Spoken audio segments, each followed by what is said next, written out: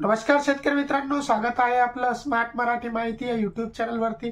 मित्रांनो, बुलढाणा जिल्ह्यातील पीक विम्यासाठी सर्व शेतकरी अनेक दिवसापासून त्याची वाट पाहत आहे।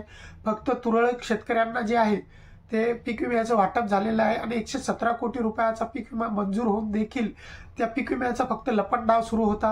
आणि हीच बाब लक्षात घेऊन जिल्ह्यातील जे लोकप्रतिनिधी आहे यांनी मागणी केली होती की त्यांची एक बैठक कृषी मंत्री साहेब असेल किंवा जे कंपनीचे अधिकारी होते कृषी कंपनीचे यांच्यासोबत एक बैठक लावण्यात यावी आणि या बैठकीमध्ये जे बुलढाणा जिल्ह्याचा जो पीक विमा आहे त्याचा जो निर्णय आहे तो निकाली लावण्यात यावा। आणि हीच मागणी देखील जे जिल्ह्याचे खासदार आहे माननीय श्री प्रतापरावजी जाधव साहेब केंद्रीय मंत्री यांनी देखील ही जे आहे ते निर्देश दिले होते की अशा प्रकारची एक बैठक लावण्यात यावी। सर्व त्यामध्ये कंपनीचे अधिकारी आणि जी काल बैठक झाली आहे त्यामध्ये माननीय प्रतापरावजी जाधव साहेब असतील, शिंदे साहेब असतील, संजयजी रायमुलकर साहेब, संजय कुटे साहेब, संजय जाधव साहेब, राजेश शेकडे साहेब, श्वेताताई महाले, आकाश पुणकर जी, तसेच राज्याचे कृषी मंत्री धनंजय मुंडे साहेब, तसेच जिल्ह्याचे कृषी अधिकारी ढगे साहेब, हे सर्व यांच्या उपस्थितीमध्ये जी काल एक बैठक पार पडली त्या बैठकीमध्ये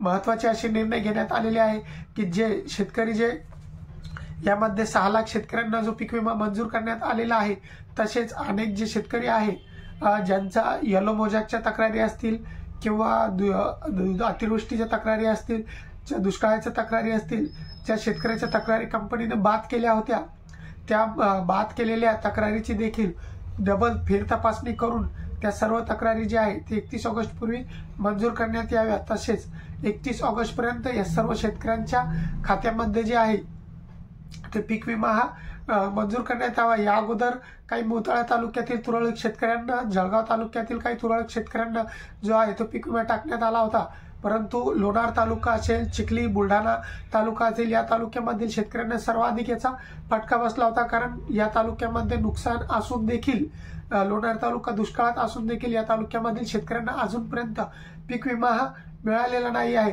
त्यामध्ये बुलढाणा आणि चिखली तालुक्यामधील जे 37 कोटी शेतकरी होते, 37 कोटी रुपये त्यांचा पीक विमा मंजूर होऊन देखील त्यांना वाटप करण्यात येत नव्हता। तसेच त्यामधील अनेक शेतकऱ्यांची जे आहे जे पीक विमे देखील जे क्लेम होते त्यांचे ते देखील रद्द करण्यात आले होते। आणि हीच बाब वेळोवेळी ज्या चिखली तालुक्याचे ज्या आमदार आहे श्वेताताई महाले यांनी यासाठी वेळोवेळी प्रयत्न केले आणि त्यांनी मागील बैठकीत हा मुद्दा देखील उचलला होता की जो शेतकऱ्यांचा पीक विमा मंजूर झालेला आहे परंतु अजूनपर्यंत कंपनी ते वाटप करत नाही आहे, त्या शेतकऱ्यांना 12% व्याजासह जे एक तरतूद आहे की जर का कंपनी पीक विमा मंजूर होऊन देखील जर उशीर करत असेल पीक विमा द्यायला तर 12% व्याजासहित त्यांना तो पीक विमा शेतकऱ्यांच्या खात्यामध्ये द्यावा लागते।